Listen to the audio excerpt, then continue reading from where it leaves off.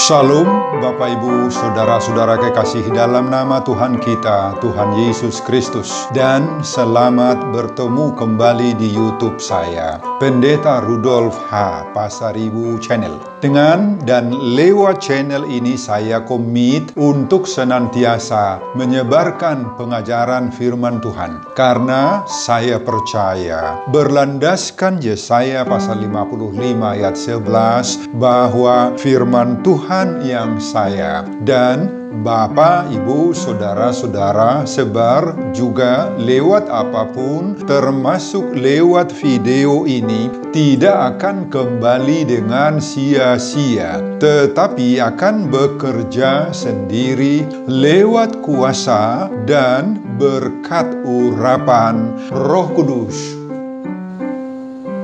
Mari Bapak Ibu Saudara-saudara semuanya, saya ajak membantu saya menyebarkan pengajaran firman Tuhan khotbah di pertangyangan minggu kelima sesudah Trinitatis 4 Juli 2021. Terambil dari kitab Yehezkiel pasal 2 ayat 1 sampai dengan ayat 5. Dan bacaan atau epistel dari kitab Injil Markus pasal 6 ayat 6b sampai dengan ayat 13. Diikat oleh topik atau tema, pergi dan beritakanlah firman Allah. Dalam bahasa Batak dituliskan, Borhat maho jala baritahon ma hata ni Tuhani. Saya baca untuk kita, simak pembacaan firman Tuhan berikut ini. Judul dari perikop Yehezkiel pasal 2 mulai dari ayat 1 sampai dengan pasal 3 ayat 15. Dan khotbah kita dari ayat 1 sampai ayat 5 saja adalah panggilan Yehezkiel. Firman-Nya kepadaku, hai anak manusia, bangunlah dan berdiri, karena aku hendak berbicara dengan engkau. Sementara ia berbicara dengan aku, kembalilah rohku ke dalam aku, dan ditegakkannya aku. Kemudian aku mendengar dia yang berbicara dengan aku. Firman-Nya kepadaku, hai anak manusia, aku mengutus engkau kepada orang Israel, kepada bangsa pemberontak yang telah memberontak melawan aku. Mereka dan nenek moyang mereka telah mendurhaka terhadap aku sampai hari ini juga. Kepada keturunan inilah yang keras kepala dan tegar hati, aku mengutus engkau. Dan harus kau katakan kepada mereka, beginilah firman Tuhan Allah. Dan baik mereka mendengarkan atau tidak, sebab mereka adalah kaum pemberontak, mereka akan mengetahui bahwa seorang nabi ada di tengah-tengah mereka. Bapak, Ibu, dan Saudara-saudara kekasih, khotbah kita di ibadah pertangyangan minggu kelima sesudah Trinitatis 4 Juli 2021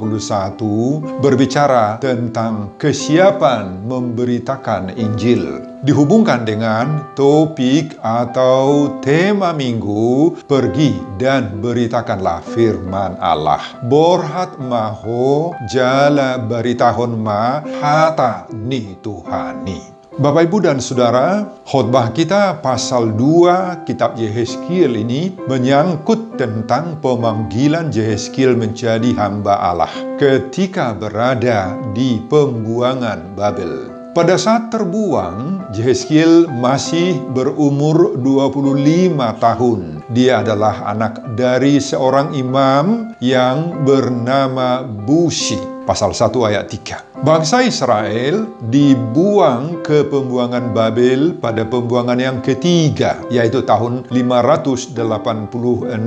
Mereka saat itu bertempat tinggal di negeri Kasdim di tepi sungai Kebar yang ada di Babel. Kemudian pada umur 30 tahun, yakni 5 tahun setelah berada di pembuangan Babel, Yehezkiel dipanggil Tuhan menjadi nabi yang akan diutus Tuhan ke tengah-tengah bangsanya. Pada saat Yehezkiel dipanggil Allah mengatakan kepada Yehezkiel, "Hai anak manusia, bangunlah dan berdiri, karena aku hendak berbicara dengan engkau." Saudara, di sini Allah memanggil Yehezkiel dengan sebutan anak manusia.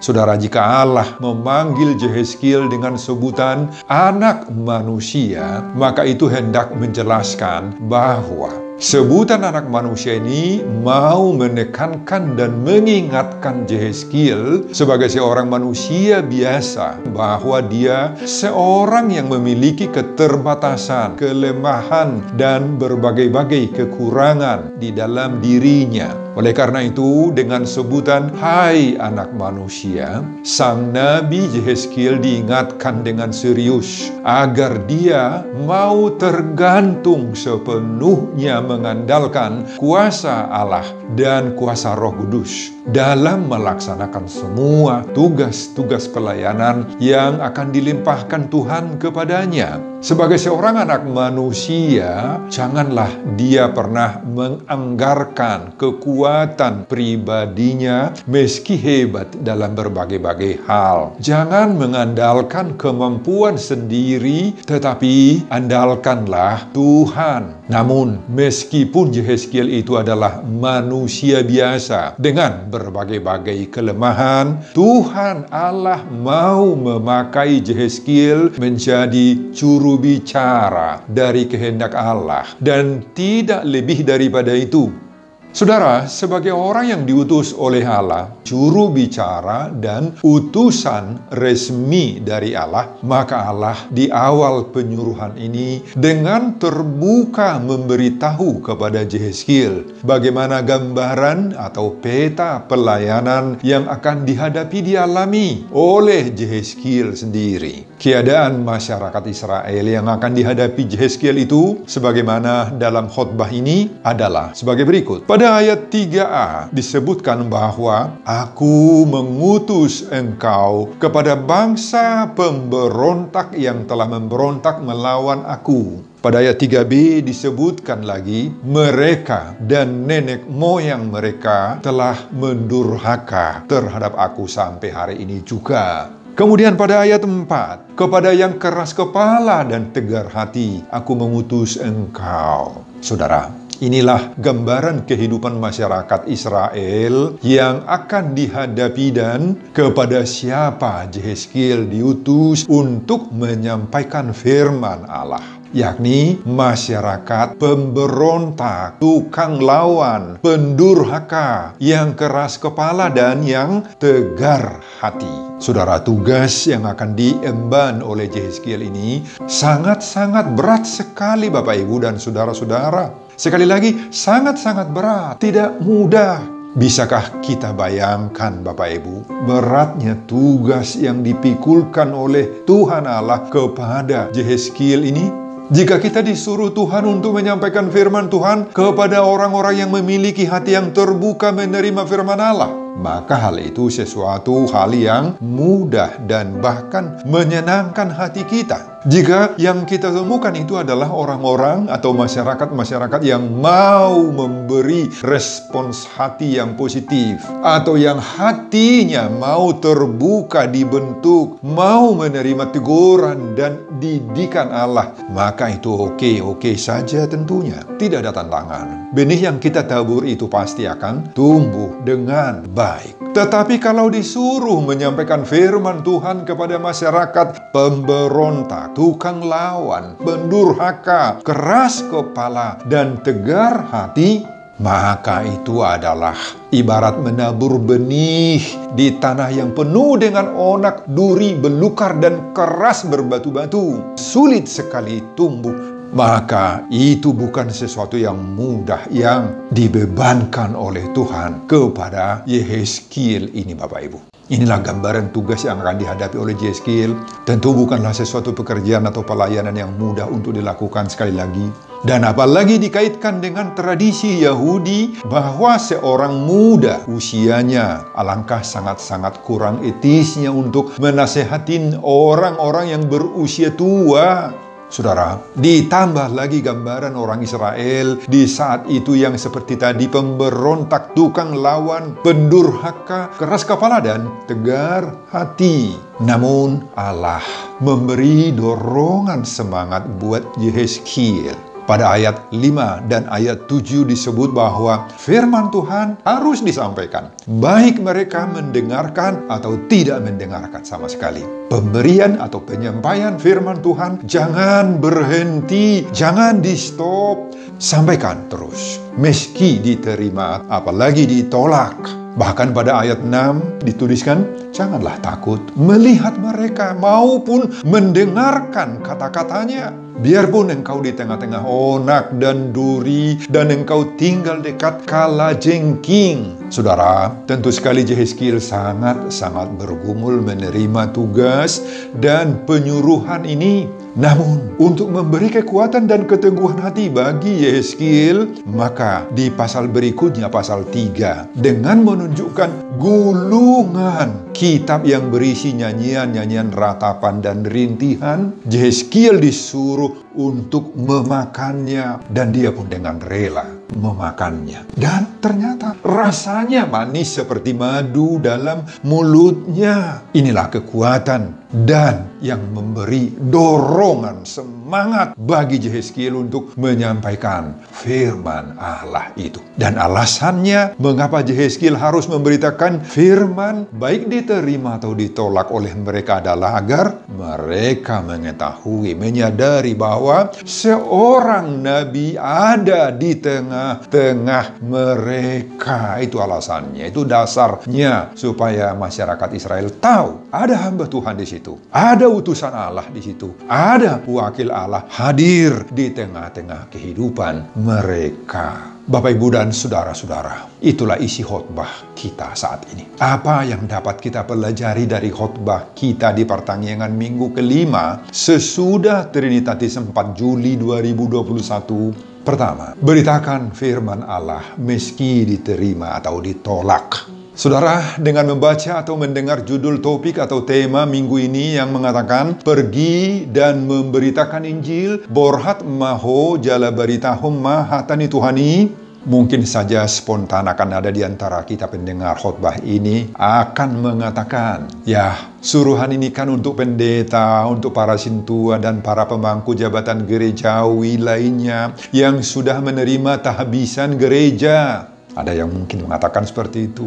Yang lain juga akan mengatakan, oh, saya kan bukan pekerja gereja. Saya ini orang awam, jemaat biasa. Jadi suruhan untuk pergi memberitakan Injil ini bukanlah untuk saya, kata sebagian pendengar khotbah ini. Demikian juga orang memiliki banyak pertimbangan-pertimbangan negatif dalam menyampaikan firman Tuhan ini. Mereka mungkin akan mengatakan, saya kan bukan evangelis, bukan lulusan sarjana agama, penginjilan, dan sebagainya. Pertimbangan-pertimbangan lain juga ada yang mengatakan, bagaimana kalau orang yang saya injili itu tidak menerima saya, menolak saya, tidak mendengar khotbah yang saya sampaikan? Saudara, seruan topik atau tema minggu ini yang mengatakan pergi dan memberitakan Injil adalah seruan bagi semua orang percaya, murid Yesus. Saudara, seruan ini berlaku bagi kita semuanya,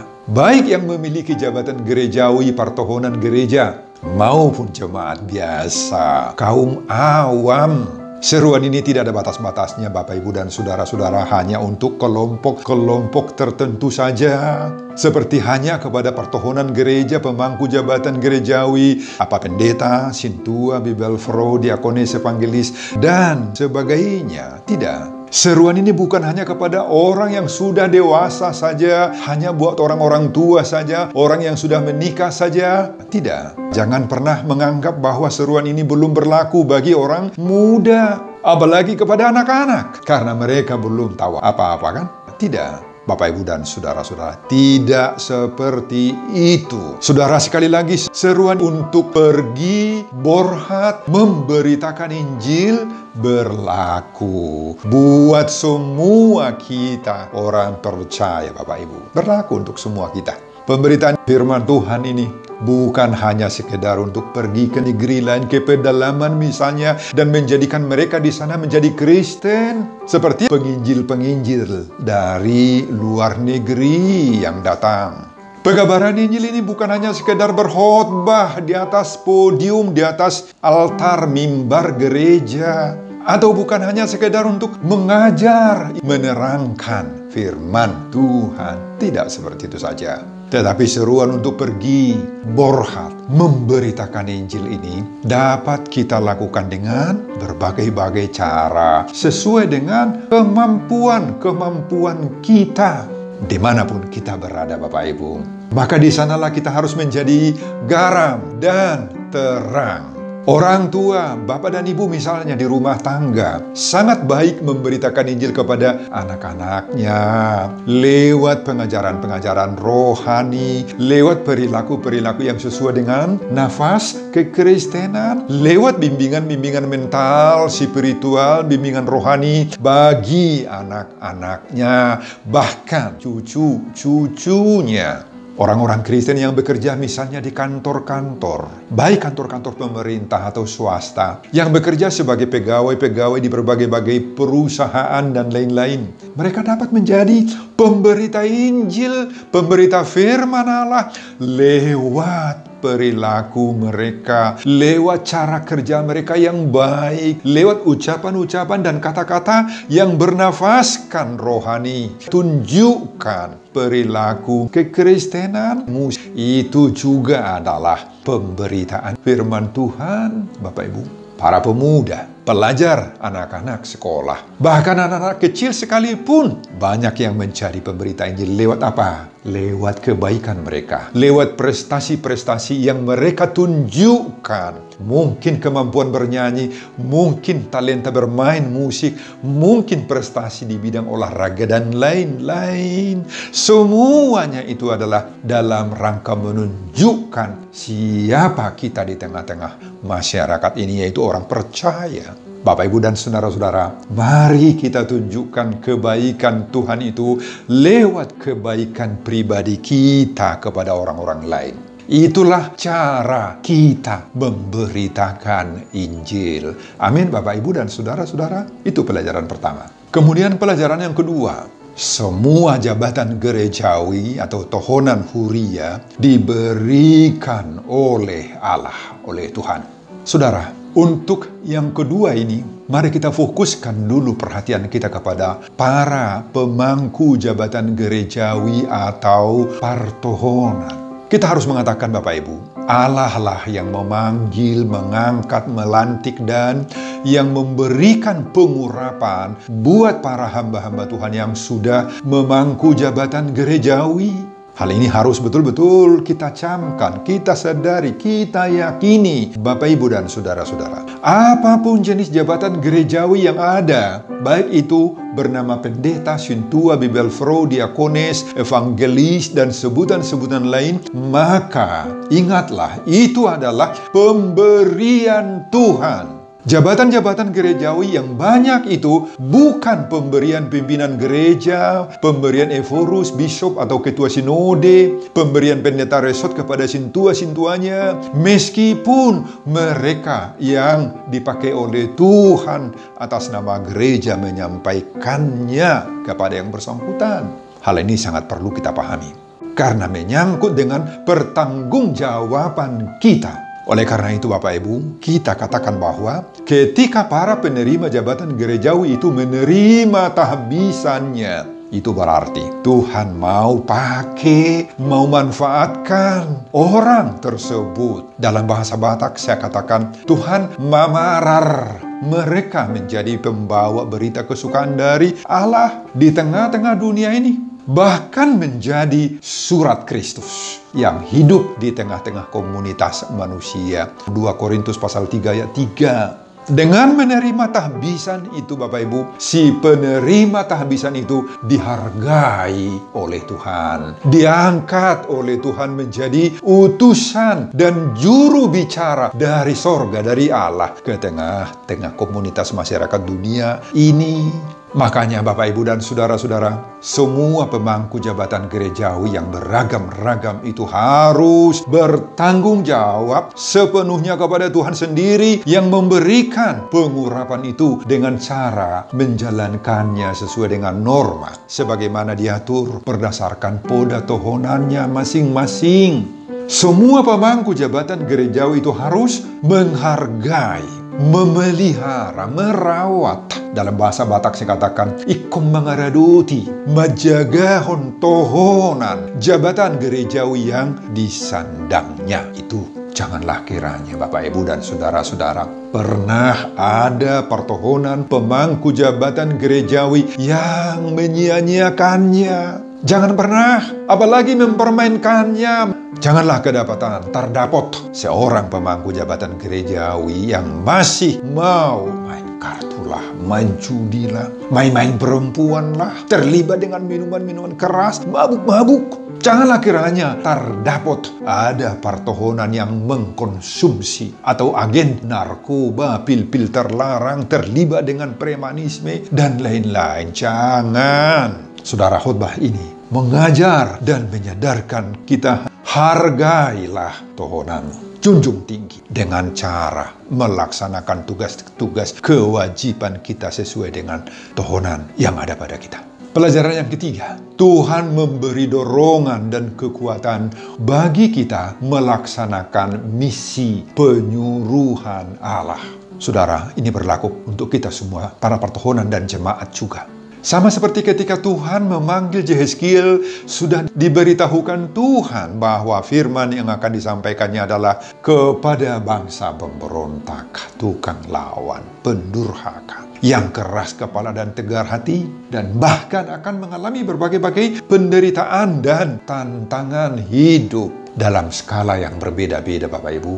Maka setiap orang yang mengemban tugas pekabaran Injil ini, yang akan memberitakan suara Allah, juga akan mengalami berbagai-bagai hambatan, tantangan, bahkan juga penolakan, pelecehan, mengalami teror mental spiritual dari berbagai-bagai kalangan. Mungkin saja akan dihujat dan dituduh tuduhan-tuduhan miring. Tidak semua orang yang menghendaki kehadiran kita di tempat pelayanan kita itu. Banyak yang antipati mendengar kita, misalnya berkhotbah bagi pendeta sintua.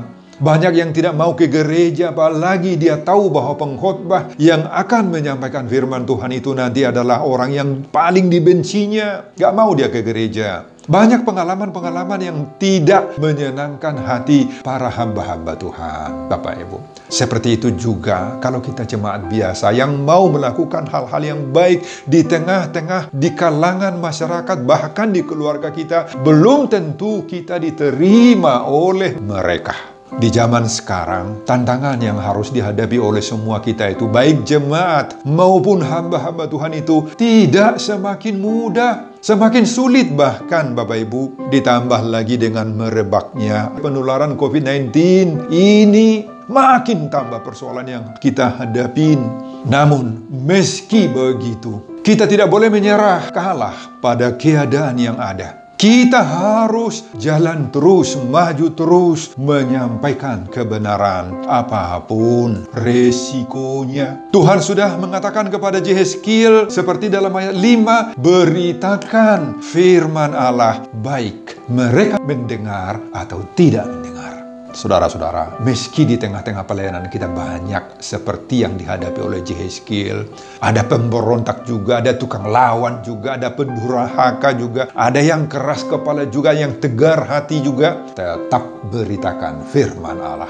Baik mereka mendengar atau menolak atau tidak mendengar. Meski kita menghadapi jemaat yang suka bersungut-sungut, suka demo, suka melawan pimpinan jemaatnya, menghadapi jemaat yang merasa bahwa khotbah kita yang kita sampaikan itu semacam angin lalu saja, masuk kanan keluar kiri, atau dalam bahasa Batak saya katakan ada yang menganggap khotbah kita itu giri-giri ni pinggol saja, bahkan mau mengutuki maburaya kasih Tuhan akaparjami tanah, tetap beritakan firman Allah. Amin, Bapak Ibu. Apa kekuatan para hamba-hamba Tuhan, kita-kita yang mau memberitakan Injil, baik pemangku jabatan tohonan gerejawi atau jemaat biasa. Karena topik minggu ini diperuntukkan bagi kita semua tadi. Apa kekuatan kita dalam pelayanan-pelayanan kita? Pertama, jangan andalkan dirimu. Pendidikan kita yang tinggi, ilmu kita yang hebat, kepandaian kita berbicara. Kalau kita pandai, pintar, hebat, mereka juga lebih pintar, lebih hebat daripada kita. Yang kedua, apa kekuatan dan modal yang kita andalkan? Dalam khotbah ini Bapak Ibu, kita temukan dua hal yang sangat prinsipil.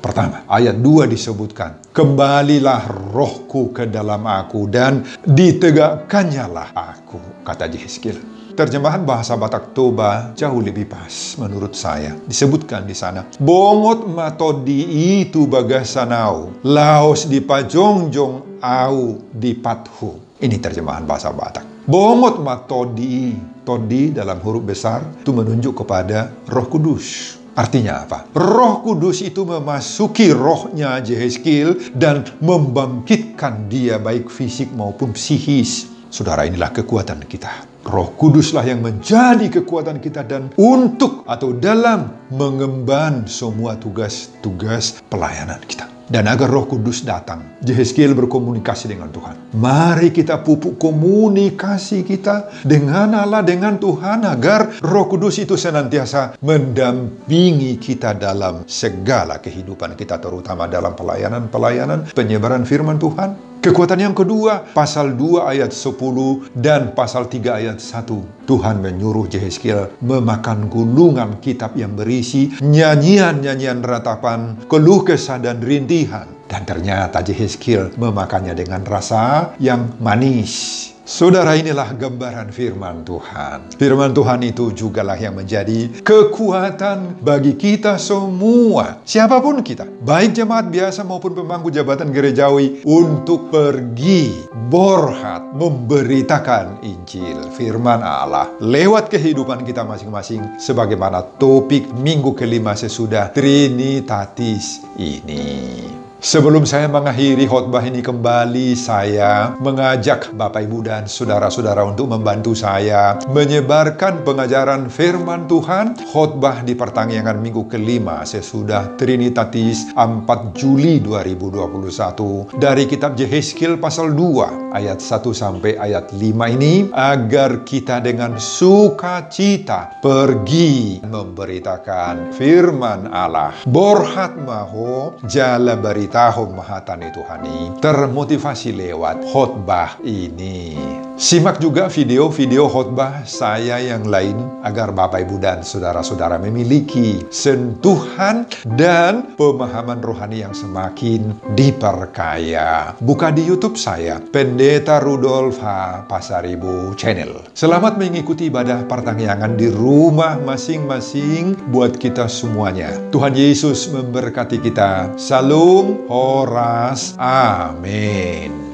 Bapak, terima kasih untuk firman-Mu. Saya akan bagikan, akan share firman ini ke jemaat melalui sosial media dan YouTube. Berkati jemaat yang akan mendengarkan firman-Mu ini, Tuhan. Berkati juga hamba-Mu yang akan mempersiapkan khotbah berikutnya. Saya peruntukkan semuanya ini pemuliaan kebesaran nama Tuhan.